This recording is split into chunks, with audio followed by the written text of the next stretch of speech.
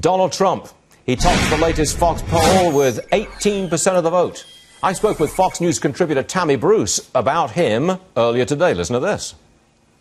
Trump intrigues me, and I think he's very interesting. And now we know with his financial disclosures that he's not a blowhard when it comes to money and what he's accomplished. But the media always says that about somebody that they're especially frightened of. And that also intrigues me, that the media is that frightened of Trump. All right, let's get to National Review's David Paul Kuhn, who watches the media and watches politics very, very carefully. You come from the media, don't you? I do. Politico? Politico, Real Clear Politics. So are you on the left or what? I call it like I see it. I don't care. Are you on the left or what? I'm not. I call it like I see it. Ask me a question, you can judge for yourself. Okay, what do you think of Trump? I think he's a Republican nightmare. Okay. And the reason he's a Republican nightmare, it's really this simple. He could go third party. If he goes third party, Republicans have no chance of winning the presidency. Come on, back up a little bit. Okay. He's a long way away from going the third party route at this stage, isn't he? I don't think so. I think he now sees that he actually is popular. He has a huge following. His ceiling and floor are about equal. He's not going to get much more popular, but I'm not sure he's not going to drop off the radar like we saw in the last presidential primary.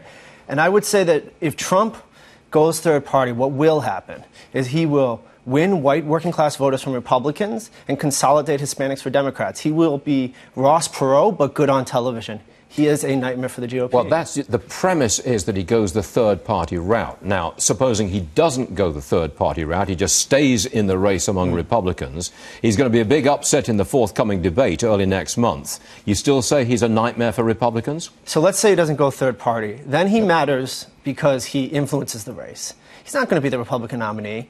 But the question is, he takes away, how does Ted Cruz respond? He takes away Ted Cruz's energy. Yep. Even Rand Paul, an anti-Washington sentiment, that gravitates to Trump.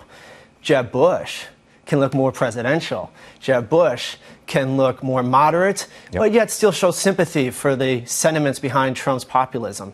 So for Jeb Bush, he's a blessing, and for Ted Cruz, he's definitely a negative, a drawback. Look, if you've got a background in politics, and I know you have, politics and media, fair enough, don't you find it a little bit refreshing? Okay, you don't like what Donald Trump's saying, but he's going right at it. He's very clean-cut. You know exactly what the man is saying, and he doesn't back down, and people like that. Don't you have some admiration for that? I think, not only do I have admiration for that, but I think that's what the political media is missing.